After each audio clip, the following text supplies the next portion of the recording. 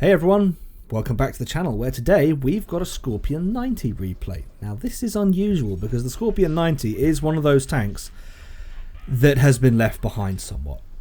Not that long ago I made a video on the state of Era 2, power creep in Era 2, and essentially what's happened is tanks that were once great, tanks that once reigned supreme, Scorpion 90 is one of them, BMP2 is the other one, back in the day.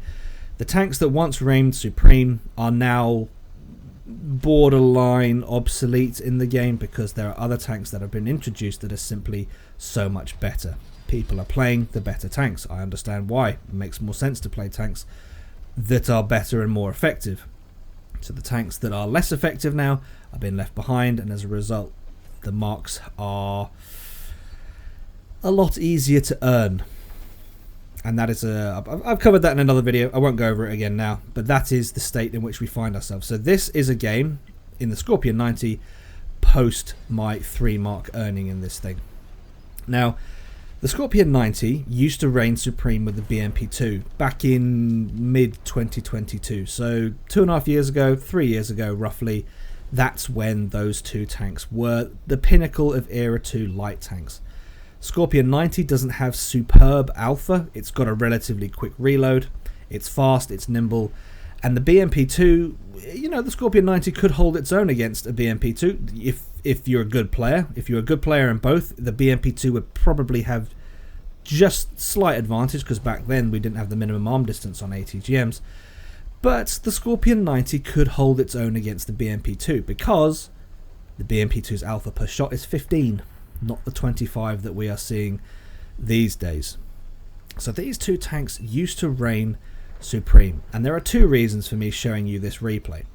The first reason is I am playing as an active scout. I've been aggressive, I've made a push, but I'm not shooting at anybody. Although at this point I am thinking to myself, right, I can go help this teammate, I'll help him take out this guy. Oh, never mind. Alright, he's got it. I was going to help, but no help was needed. But at the moment, I'm sitting on just over 3,500 spotting assists, and I'm playing as an active scout. This is precisely the role that light tanks should be playing in Era 2. Exactly this. Not really pulling the trigger, just scouting, lighting the enemy team up for my team so that they can take advantage and, well, shoot from positions where they wouldn't otherwise be able to spot their own targets. Racking up the assist, 3,700, and this is the reason why I'm showing you this gameplay. This is an example of scout gameplay, light tank gameplay. Now I knew the ELC was here, and I thought to myself, you are causing trouble for my team, so I'm going to do my best to make you move. Essentially, I know he's sitting in the smoke still because I can still see him on the minimap not moving. So I sit here, see him pass to my left, and we continue on with trying to take out the ELC. Now, if I remember correctly, I don't chase him all the way up. Oh, no, okay. I haven't watched this replay back, so I can't actually remember what goes on. But, okay, there we go. We track him. He's dead. 5,682 spotting assist, 635 damage. Again, I'll say it again. This is scout gameplay. I have very little direct damage, but I have a considerable amount of spotting assist because I am lighting up the enemy team for my team, which is exactly what scouts should be doing. It's 5 versus 9. It's not looking particularly good for my team. I'm driving based on the minimap here because I'm trying to keep my detection circle away from that medium that I've just driven past, making sure not to get spotted. 2 are on the cap. I'm on my way back to the cap because I know that we need to reset, otherwise the game is a guaranteed defeat.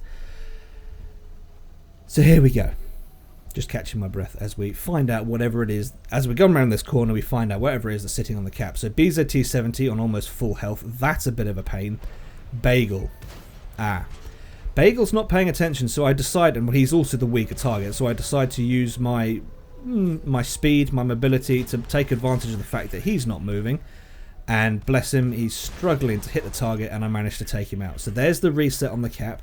Now we can, well, bounce off the back end of the BZT70, and I drive into the wreck. That's not what I wanted to do. BMP2 misses its ATGM, tracks me again. I pop smoke because at this point I realise I really need to get out of here. This is a very good game.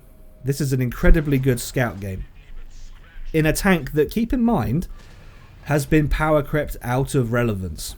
Bagel is one of those tanks that, you know, do you take a Scorpion 90 or do you take a Bagel?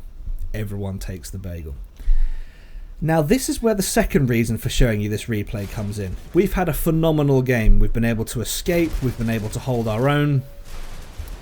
But apparently, that's not enough. The brain rot can show up, and I want to say within about 15 seconds of being spotted by the brain rot, a phenomenal game is over. We held our own against an ELC, snuck up on him, took care of it. We held our own against a Bagel. A BMP2 was firing ATGMs at us. The BZT-70 turned for us. We held our own. We played sensibly until the brain rot showed up. And there, speaking of the Weasel 1, 6 kills, 8,000 damage. I mean, I don't need to say it. I don't need to say it. Everyone knows. Just breathe. Anyway, we'll focus on the fact that that was a phenomenal scout game in the Scorpion 90, a tank that has been left behind, which is a real shame because it used to be up there with the best. Alright guys, that's all I've got for this video. If you've enjoyed it, please leave it a like. If not a dislike, subscribe if you haven't already, and I'll catch you in the next one.